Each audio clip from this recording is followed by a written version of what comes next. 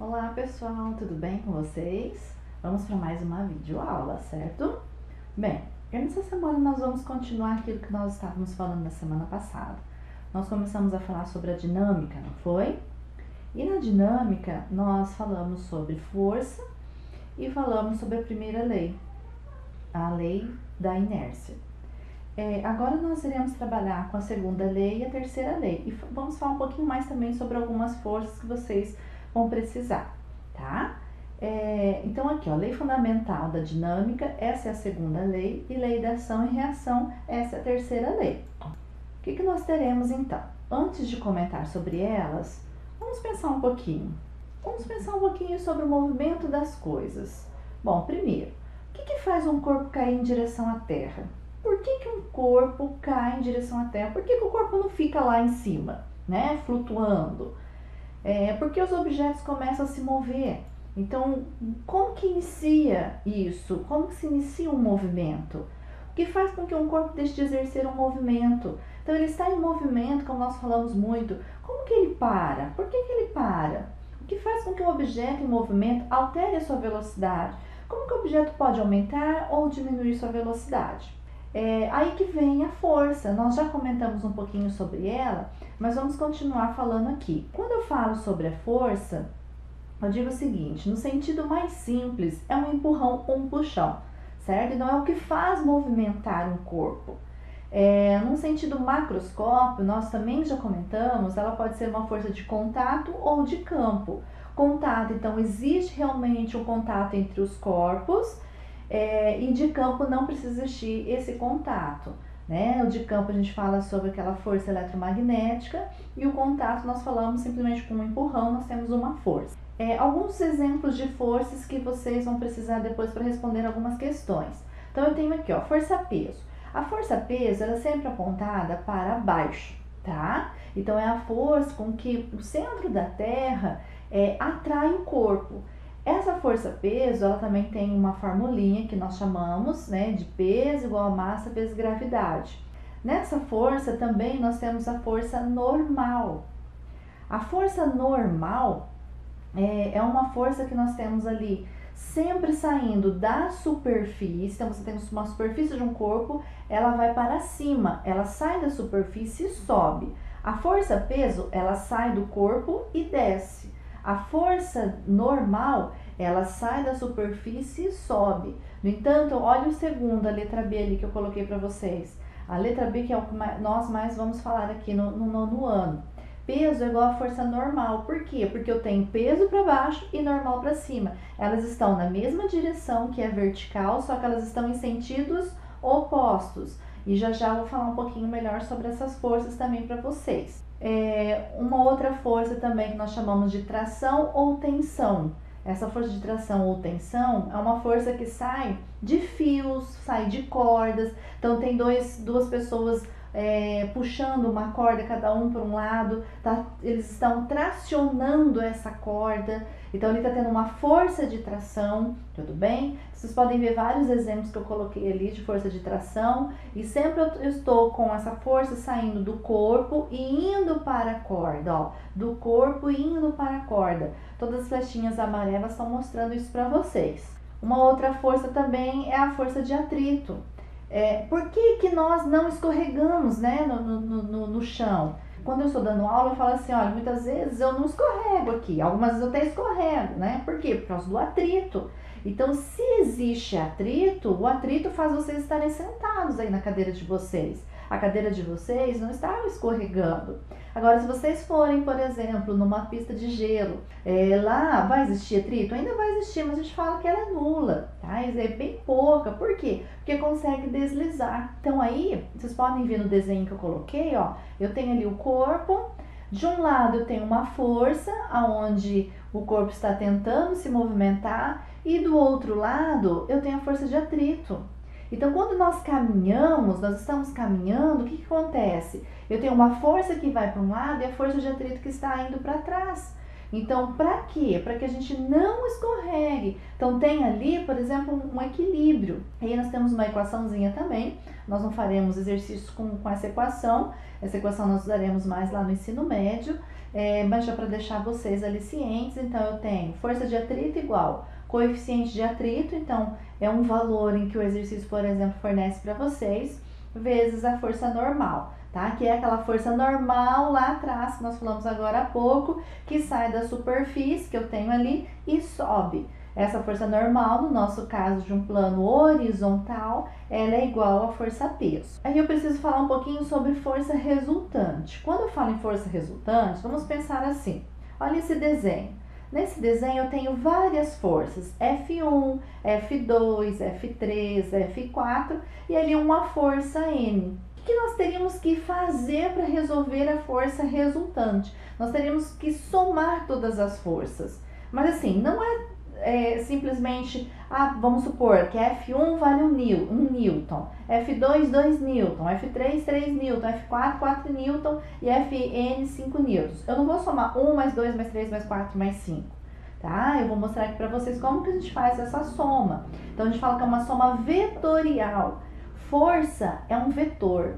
Quando eu falo em vetor, uma grandeza vetorial, relembram lá no comecinho, nós falamos algumas coisas sobre isso. Quando eu falo em força vetorial, eu estou falando assim que eu tenho um módulo, que é um valor, uma direção e um sentido. Então, eu estou somando a soma vetorial das forças atuantes sobre um corpo. E aí eu coloco para vocês assim, ó. A força resultante pode ser pensada como a força que substitui todas as outras, realizando o mesmo trabalho. Como assim? Veja esse caso que eu vou mostrar aqui para vocês, para ficar bem mais claro e mais simples. Forças atuantes na mesma direção e no mesmo sentido. O que significa isso? Gente, olha o desenho. Nesse desenho eu tenho a força 1 e F2, a força 2. As duas forças, elas estão para a mesma direção, para o mesmo sentido. É como se duas pessoas estivessem empurrando um objeto para o mesmo lado, empurrando um objeto para o mesmo sentido. O que nós vamos fazer ali? Para a gente achar ali a força resultante, nós iremos somar essas forças. Então, eu teria lá força 1 mais força 2. Então, por exemplo, o F1 vale 5 newtons, o F2 vale 2 newtons. Eu vou fazer o quê? 5 mais 2. Pronto, eu dou minha força resultante, seria 7 newtons. Então, a intensidade da força resultante é obtida pela soma das intensidades das forças atuantes. Então, eu tenho F1 mais F2. Se eu tivesse 10 forças apontadas para o mesmo sentido, eu iria somar as 10 forças. É só isso, gente. Não é complicado, é bem simples. Entenderam o que a professora falou? Então, é só somar. Olha isso daqui. Para finalizar essa primeira parte, quando eu tenho então a força resultante, os dois estão para o mesmo sentido, se é a soma, quer dizer que vai dar uma força bem maior. Então, olha ali, o sentido da força resultante é o mesmo sentido das duas outras forças que estão atuando. Então, é a soma das duas, por isso que ela te dá uma força maior. Vocês olharem ali, né, a flechinha que eu coloquei, ela demonstra que ela é maior que F1 e F2, ou seja, é a soma do F1 e do F2. Nesse segundo caso, nós temos duas forças, agora cada um para um sentido. Como nós temos cada um para um sentido, o que eu preciso fazer? Eu preciso subtrair. Eu vou subtrair essas duas forças. É como se eu estivesse empurrando uma mesa para um lado, para um sentido, e uma outra pessoa empurrando para o outro sentido. Então, nós estaremos fazendo isso daqui. Quem que vai ganhar? Ou fazendo isso daqui, quem que vai ganhar? Aquela que tiver maior força. Cabo de guerra, gente. Cabo de guerra, né? Os meninos contra as meninas. Os meninos puxam para um lado, as meninas puxam para o outro. Então, isso que acontece aqui com a força resultante. F1 menos F2. Então, tem lá um F1 10 newtons, F2 3 newtons, 10 menos 3, 7 newtons. Essa seria a força resultante. Então, ó, é a diferença das duas forças. E o sentido vai ficar para maior. Então, se eu tenho F1 para a direita, F2 para a esquerda, F1 é maior. Então, a nossa força resultante também vai ficar para o mesmo sentido.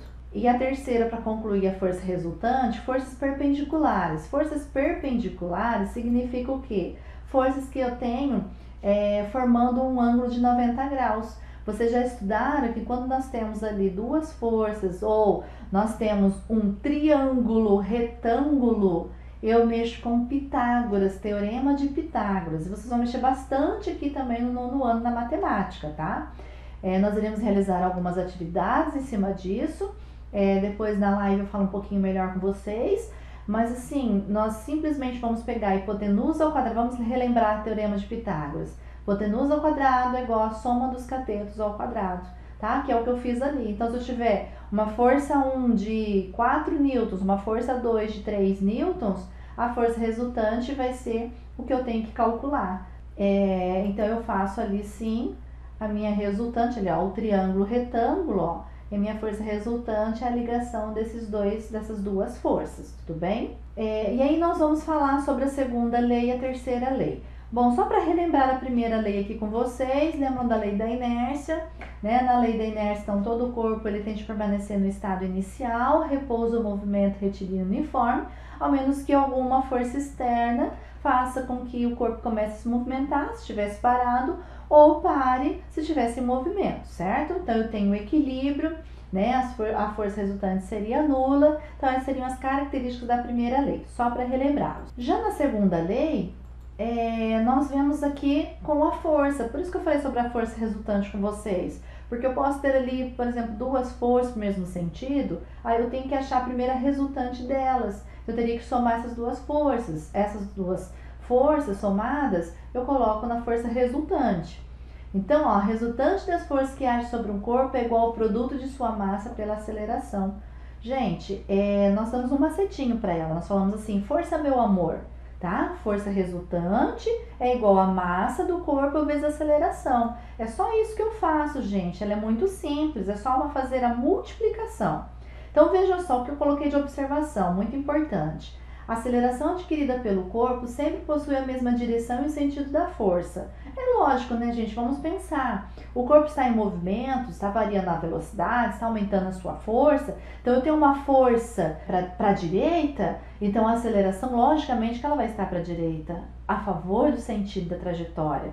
A unidade que nós temos de força, se nós estamos falando em leis de Newton, a unidade foi dada a ele, né, o nome, então também é Newton. Então eu tenho lá uma força de 50 newtons. É assim que nós encontramos, simplesmente, gente. Eu tenho que encontrar a força resultante, o exercício traz a massa, traz a aceleração, eu multiplico, tá? É isso que nós vamos resolver. E a terceira lei de Newton, nós temos que pensar no quê?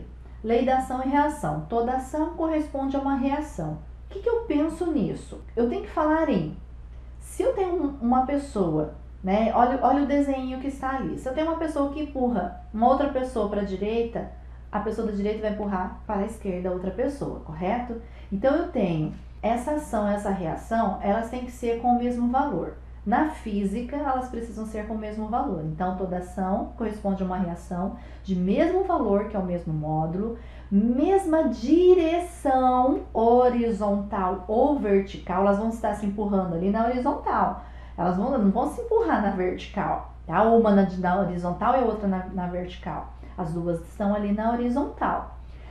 O sentido, cada um vai aplicar uma força para um sentido, tá? Então, são sentidos opostos e a aplicação dessas forças tem que ser em corpos diferentes, porque se for no mesmo corpo, se anula. Se nós vamos empurrar, se eu coloco no meio desse desenho uma mesa, nós vamos anular a força. Por quê? Porque eu tenho uma força de um lado, uma força do outro igual, então eu vou subtrair, estão em sentidos opostos. Mas a lei da ação e reação diz que se eu estou empurrando algo, esse algo também está me empurrando. Pensam vocês, se vocês baterem agora na parede, aí do quarto de vocês, onde vocês estiverem, você vai sentir uma dorzinha na sua mão. Por quê? Porque a ação é a sua mão na parede. E a reação? A reação é a parede da minha mão, é o que está voltando. Eu chuto uma bola. Quando eu chuto uma bola, a ação é o meu pé na bola. A reação é o contrário. Pensa nisso, gente. A frase é o contrário. A reação é o quê? É a bola no seu pé. Então, a ação foi, a reação voltou. Tudo bem? Então, sempre em sentido contrário.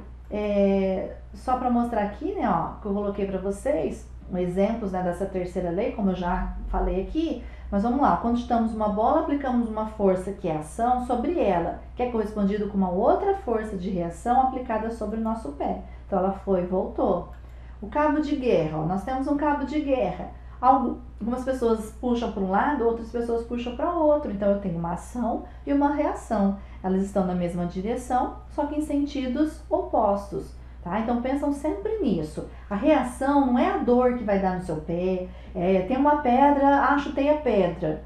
A ação foi meu pé na pedra, a reação foi a dor que eu senti no meu pé. Não, a reação é a força que veio da pedra do seu pé. Pensam sempre em bater numa parede, você vai sentir a dor na sua mão. Por quê? Porque se você bater muito forte, a dor vai ser muito forte também. Ação e reação. Então essas são as 3 leis de Newton. Nós paramos por aqui nas leis de Newton e vamos depois realizar algumas atividades que vai estar lá no planejamento de vocês, ok? Até mais então, pessoal!